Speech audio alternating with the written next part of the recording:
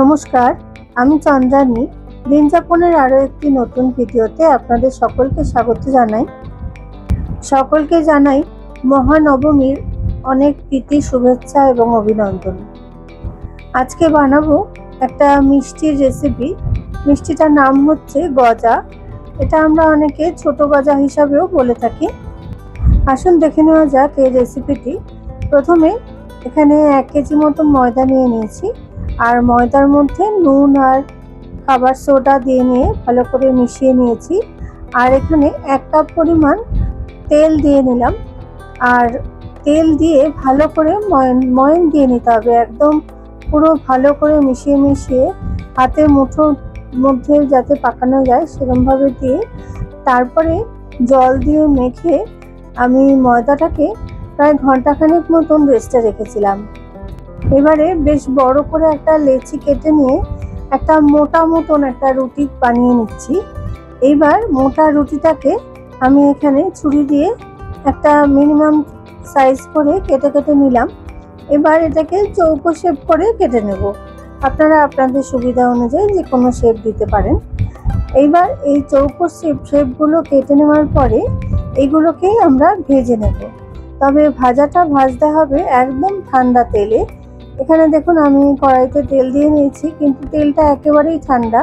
এগুলো দেওয়ার পরে তারপরে কিন্তু আমি গ্যাসটা অন করব, আর এরকমভাবে ঠান্ডা তেলেই এগুলোকে ভাজতে হবে।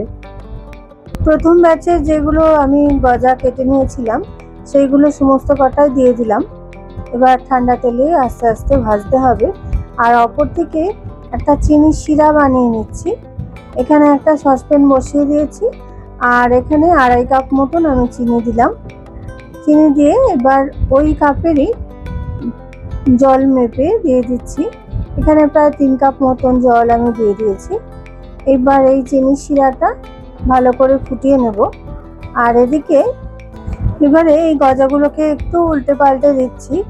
আর চিনির শিরাটার মধ্যে আমি কয়েকটা এলাচও দিয়ে দিয়েছিলাম, ছোট এলাচ। গ্যাসের আঁচটা কিন্তু কোনো মতেই বাড়ানো যাবে না। এরকমভাবে একদমই লো ফ্লেমে আস্তে আস্তে গজাগুলো ভাজতে হবে। খুবই সময় সাপেক্ষ ব্যাপার, কিন্তু একটু ধৈর্য নিয়ে গজাগুলোকে ভেজে তারপরে তুলতে হবে। ওদিকে আমার চিনি শিরাটা ভালো করে ফুটে গেছে। এবার এক সাইডে সরিয়ে রাখবো যাতে একটু ঠান্ডা হয়ে যায়। তারপরে এই ভাজা গজাগুলোকে ওর মধ্যে দিয়ে দেবো। দিয়ে কিন্তু আমি সঙ্গে সঙ্গেই উঠিয়ে নেব। এই গজাটা খেতে কিন্তু খুবই সুস্বাদু হয়।